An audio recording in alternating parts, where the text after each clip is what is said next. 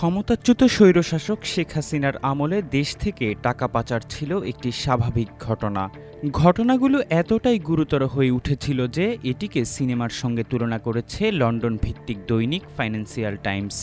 সম্প্রতি সংবাদ মাধ্যমটির প্রচারিত এক তথ্যচিত্রে উঠে এসেছে কিভাবে ক্ষমতাকালীন চোখের সামনেই লুট করা হয়েছে হাজার হাজার কোটি টাকা।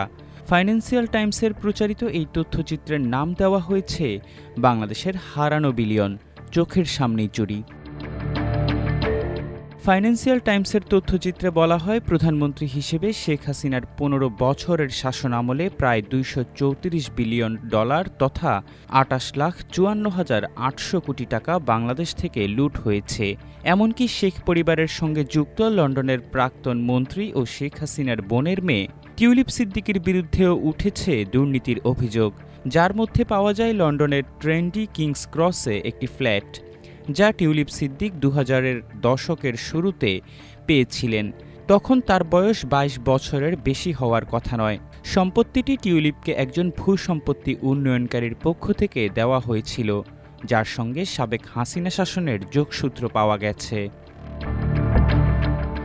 এফটির প্রতিবেদনে বলা হয়, আওয়ামী লীগের সাবেক ভূমিমন্ত্রী সাইফুজ্জামান চৌধুরী যুক্তরাজ্যে ৩০০টিরও বেশি সম্পত্তির মালিক।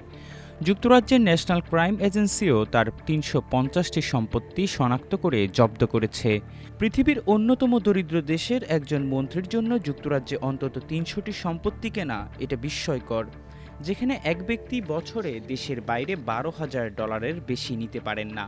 এ সময় জানানো হয় ২০০৯ থেকে ২০২৩ সাল পর্যন্ত প্রতি বছর $১৬ বিলিয়ন পাচার হয়েছে বলে অন্তর্বর্তী সরকার প্রাক্কলন করেছে।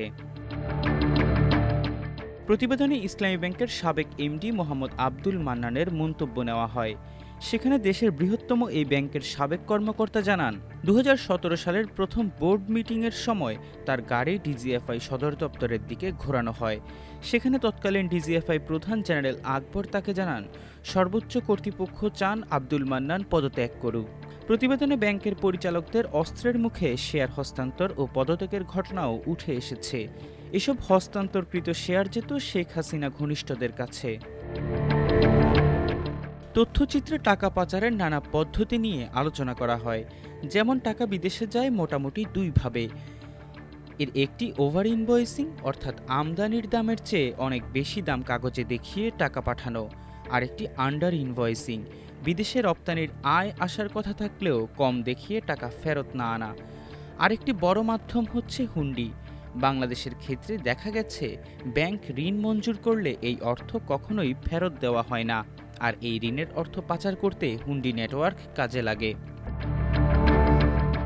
প্রধান উপদেষ্টা ডক্টর মোহাম্মদ ইউনুস জানান, এক হিসাব বলছে ব্যাংকিং খাত ও ব্যবসায়িক খাত মিলিয়ে মোট $২৩৪ বিলিয়ন লুটপাট হয়েছে বিভিন্ন উপায়ে।